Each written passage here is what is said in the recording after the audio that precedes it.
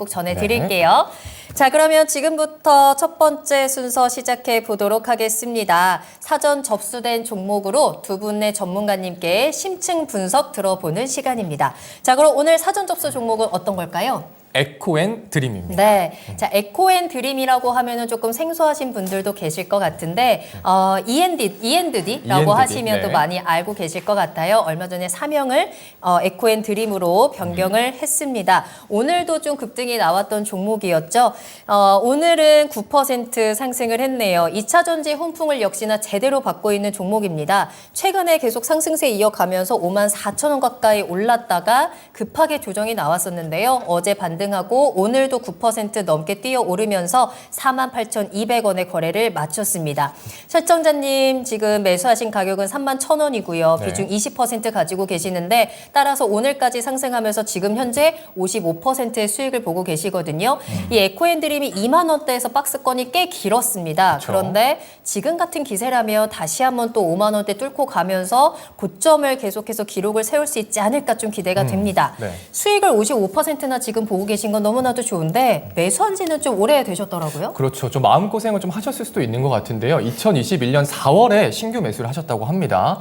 그리고 나서 2022년 1월에 또 유미코와 5년간 차세대 양극재 공동 연구개발 체결 이 뉴스를 보시고 되게 기대를 좀 하셨나 봐요. 네. 그래서 지금 목표가로 7만 원까지 봐도 와. 될까요? 라고 궁금해 하시는 것 같아요. 그래요? 7만 원 한번 뚫고 올라갈 수 있을지 좀 기대를 그러니까요. 해보겠습니다. 우리 시청자 2752님 55% 이미 수익을 보고 계신데 7만 원까지 가면 2배 이상의 지금 그렇죠. 수익이 나는 거거든요. 과연 어떤 전망을 가지고 있는지 지금부터 심층 분석 들어보도록 하겠습니다.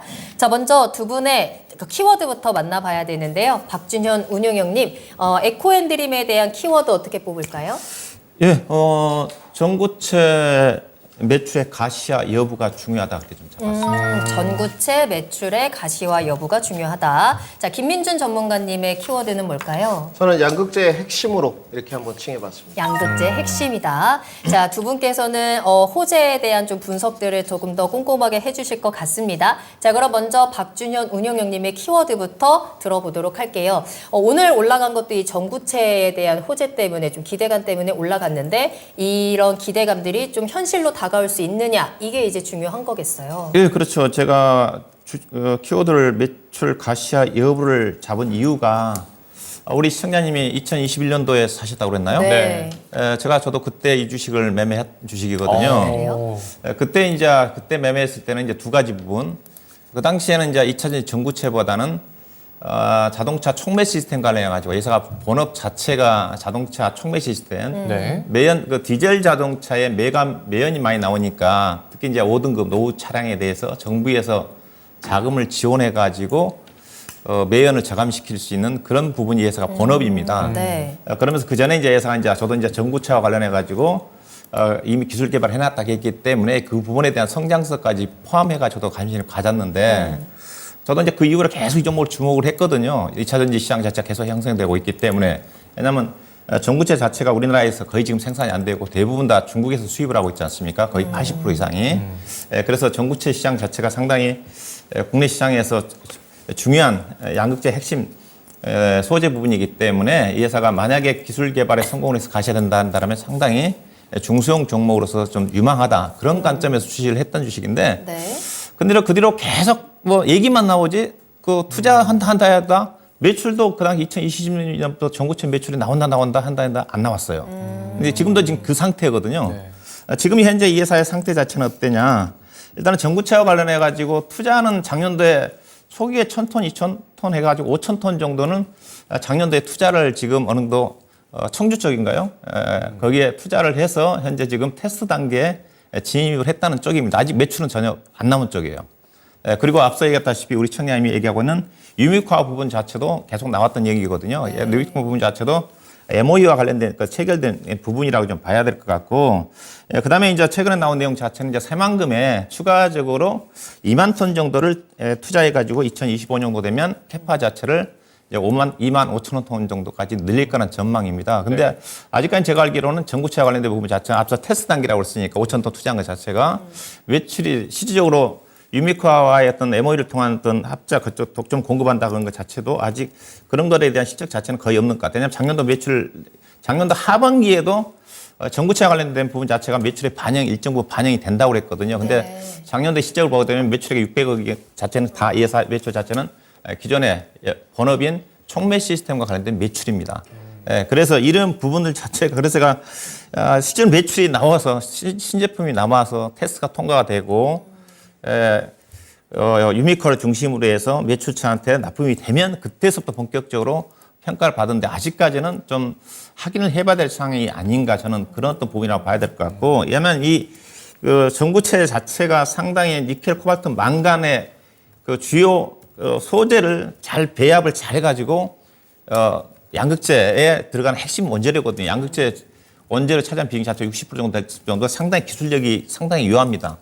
그렇기 때문에 기술 테스트 과정이 좀 충분히 검증이 좀 끝나야 되는 게 아닌가 뭐 그런 또 부분이고요. 그리고 또 이게 그 전구체 자체가 지금 대기업들 LG화학이라든가 SK온이라든가 그다음에 LNF라든가 대기업들이 지금 투자를 하고 있지 않습니까? 아직 양산 단계에 진입 못한 쪽이거든요. 네. 이런 또 부분인데 중소형 회사가 아직도 자금 여건 자체는 지금 재무상을 보게 되면 현금성 자산이 지금 200억 정도밖에 안 되는 부분이거든요. 계속 투자를 해야 될 것 같은데 최근에 보면 LG화학이 새만금에 1조 2천억을 투자한다고 그랬거든요. 전구체 쪽에. 네. 그만큼 돈이 많이 들어갑니다. 그런 어떤 부분들을 보셔야 좀 될 것 같고요. 그다음에 예산자 일단 밸류를 평가를 해야 되겠지만은 일단은 현재 2025년도에 만약에 정상화돼서 25,000톤이 2025년도에 풀 가동된다는 전제하에 예산 매출액이 한 5천억 정도 나오거든요. 왜냐하면 현재 전구체 킬로그램당 가격이 현재 3, 4월 기준에서 2만 원입니다. 그러면 25,000톤이면 약 5천억이에요. 그러면 제가 봤더니 양극재 회사들의 현재 지금 영업이익률이 에코프로 BM이라든가 LNF라든가 그들의 회사 영업이익률이 6%, 7%입니다. 그러면 예사가 양극재에 들어가는 소재 회사이기 때문에 이 회사 영업이익률이 10%가 안 넘거든요. 그러면 대충 6%, 7% 잡게 되면 매출액이 5천억 원에 영업이익이 300억입니다. 그럼 당기순이익이 200억이 나와 2025년도에. 그러면 당기순이익 200억이면 현재 주가 시가총액 5천억이니까 PER로 따지면 2025년도 기준에서 25배 수준입니다. 상당히 많이 반영이 됐다. 그런 의견을 제시하도록 하겠습니다. 그러니까 이 기대감에 대한 검증이 필요하다라고 분석을 해주신 것 같아요. 이러한 기대감들이 현실로 또 가시화되기까지는 좀 확인이 필요한 부분입니다. 자, 그럼 김민준 전문가님의 키워드도 들어볼 텐데요. 양극재의 핵심이다. 그만큼 앞으로의 좀 성장성을 믿어봐도 괜찮다라는 뜻일까요? 저는 뭐 솔직히 말씀드려서 이 회사의 성장성은 두 번째로 조금 생각을 했고요. 아무래도 이 시간이 네. 우리 시청자님의 정말 고뇌가 돼서 선정이 되는 부분이잖아요. 이 시청자님의 어떤 스타일을 좀 많이 반영한 것 같아요. 첫 번째는 우선 2021년 4월에 사셨으면 네. 주가가 4만 원까지 갈 때가 있었거든요. 맞아요. 그때도 안 파셨다는 거잖아요. 이번에 5만 원 넘었을 때 네, 안 파셨고 네. 그 스타일을 좀 반영한 결과물이고 솔직히 박준영님과 생각이 좀 많이 같습니다. 저는 솔직히 내일이라도 책 실하는 관점에서 말씀을 드리고 싶은데 그 우리 시청자님 스타일을 보니 4만 원에도 만족을 못 하셨고 7만 원 보고 계시다고 네, 하셨어요. 5만 원도 만족을 못 하셨기 때문에 네. 또 그 사연에 보면 장기 투자를 나는 하겠다. 본인의 성향을 확실하게 이야기하신 것 같아요. 그래서 저도 반영을 좀 시켰고요.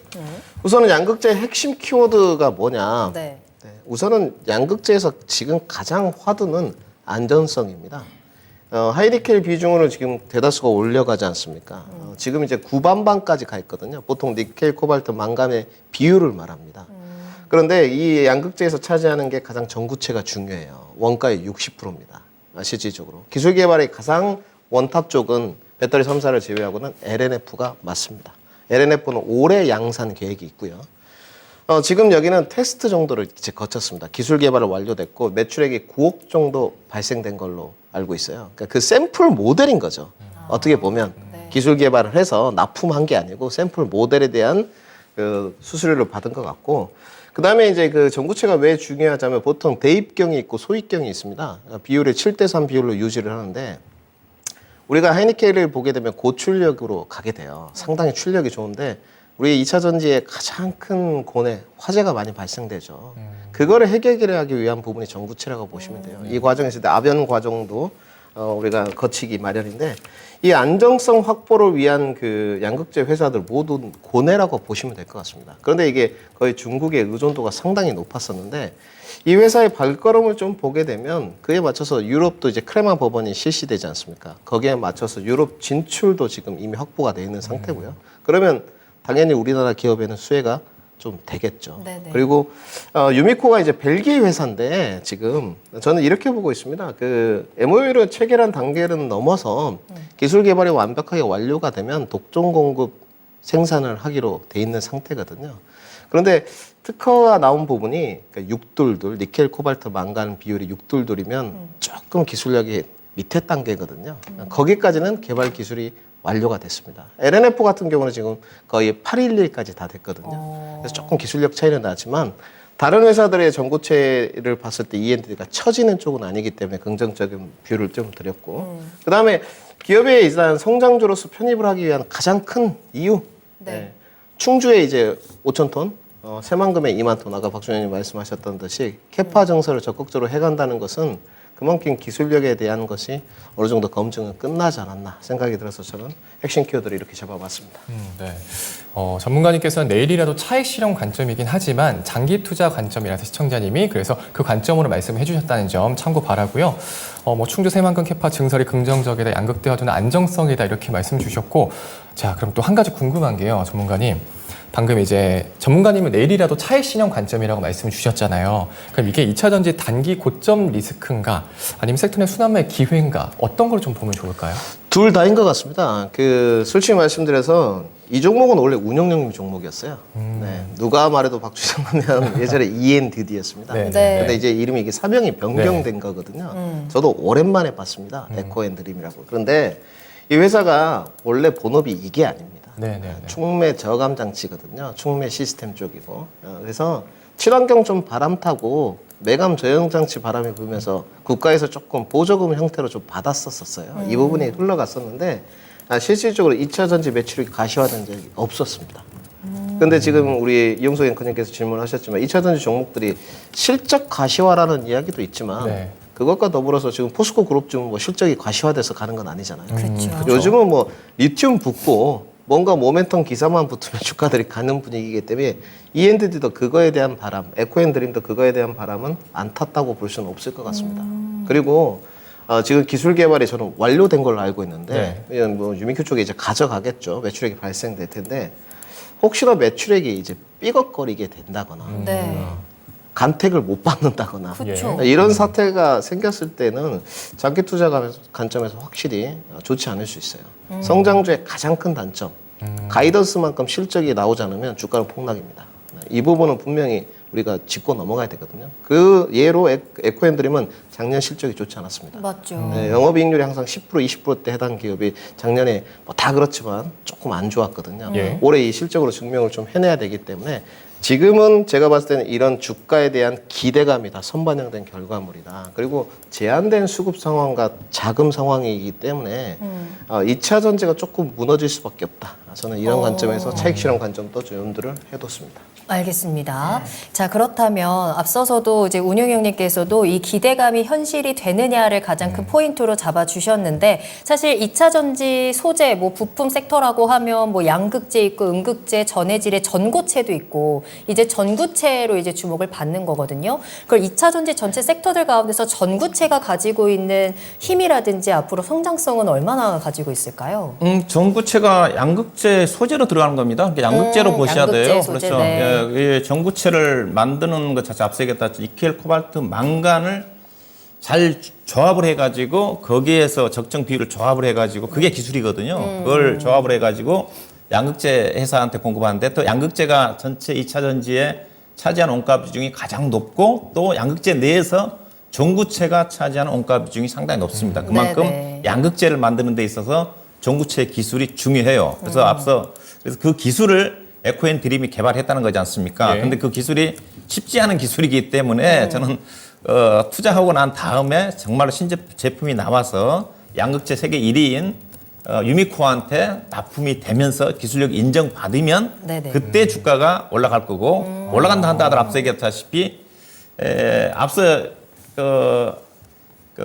LG화학의 새만금에 전구체 쪽에만 1조 2천억을 투자한다고 그랬습니다. 그렇죠. 네.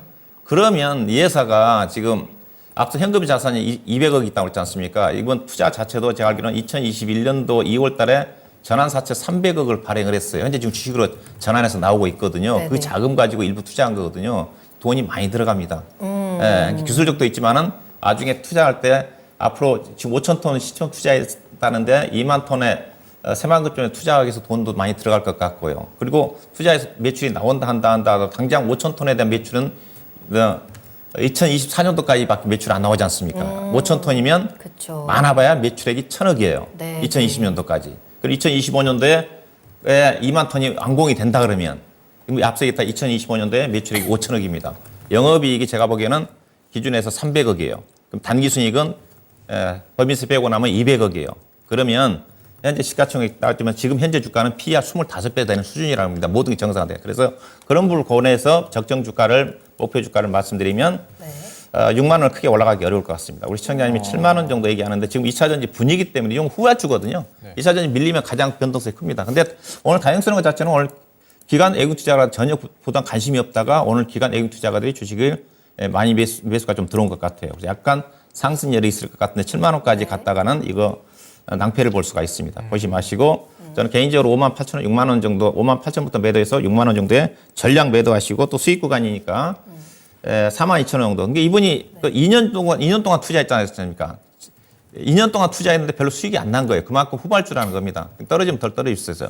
4만 2천 원을 이탈하면 익절하는 전략을 제시하도록 하겠습니다. 좋습니다. 자, 구 E&D, 현 에코앤 드림에 대해서 두 분 모두 약간의 주요 의견도 주셨기 때문에 현재 전해드리는 가격 대응 전략을 잘 확인하시면서 가시는 게 좋을 것 같고요. 박준현 운용형님께서는 일단 보유 의견 주시면서 최종 목표가 6만 원이고 손절 라인 4만 2천 원 잡아드렸습니다. 수익 잘 챙기시면서 빠져나오시면 좋을 것 같아요. 자, 그럼 김민준 전문가님의 가격 대응도 체크를 해봐야 될 것 같은데요. 어떻게 가져갈까요? 오늘은 저는 예상하고 왔습니다. 솔직히 똑같을 줄. 네. 그래서 저도 목표가는 6만 원이고요. 저는 1, 2, 4 좀 나눠왔습니다. 그러니까 아까 제가 초입부에 말씀드렸듯이 시청자의 스탠스를 많이 반영한 거예요. 근데 이 부분은 장기 투자를 지금 2년 정도 하셨는데 저는 솔직히 말씀드려 차익 실현하시는 게 좋을 것 같고요. 네. 1차 목표가는 5만 5천 원 정도 제시를 했고 이 이유는 아직도 랠리 정도가 하루 정도는 남았다고 보는 정도입니다. 미국 시장에서. 오늘 지금 야간 선물도 올라가는데 그러면 단기적으로 2차 전지가 한번 위로 쏘고 마무리될지 않을까. 그래서 전고점 언저리 부근인 53,800원 살짝 돌파하고 끝난다. 그래서 1차는 5만 5천 원 제시했고요. 2차는 6만 원 제시를 했는데 구두로 좀 말씀드리면 저는 익절을 좀 더 타이트하게. 네. 근데 솔직히 내일 4만 6천 원 이탈 시에는 전량 매도하셨으면 좋겠어요. 그래서 이 부분은 저도 의견이 같은 게 밸류에이션 치고도 후발자들 치고는 솔직히 좀 프리미엄이 많이 받는 것 같습니다. 그러니까 다른 종목들은 수주잔고나 실적이 있는데 여기 에코앤드림은 수주잔고도 없어요. 표시가 안 돼 있기 때문에 자기들이 게시를 해놨거든요. 4주에서 6주 정도 받아가지고 수주잔고를 게시하기 때문에 올리지 않았다. 전자공시실에 그렇게 써놨습니다. 그렇기 때문에 수주잔고도 없는 상태에서 프리미엄이 25배는 좀 과하지 않나 생각이 들어서 저는 익절가까지 46,000원 제시도록 하겠습니다. 네. 좋습니다. 자, 김민주 전문가님께서는 익절을 좀 타이트하게 잡아보자 말씀 주셨습니다. 1차 목표가로 5만 5천 원, 2차 목표가로 6만 원 이렇게 말씀 주셨는데 후발주 치고는 프리미엄을 좀 많이 받은 것 같다 말씀을 주셨거든요. 좀 잘 참고해 보시기 바라겠습니다. 자, E&D 진단 여기까지 마무리할까요? 다시 한번 정리해 드리겠습니다. 박준현 운용형님께서는 전구체 매출 가시화 여부를 확인해야 된다라는 키워드와 함께 목표가 6만 원 잡아주셨고요. 5만 8천 원부터는 조금씩 매도를 하는 것도 추천드렸어요. 손절가 4만 2천 원 제시하시면 되겠습니다. 자, 그리고 양극재 핵심이라는 키워드로 분석을 해주신 김민준 전문가님 목표가 5만 5천 원, 최종으로는 6만 원까지 잡아주셨고요. 4만 6천 원 아래에서는 또 매도 타이밍 잡아보자라는 의견으로 정리해 보도록 하겠습니다.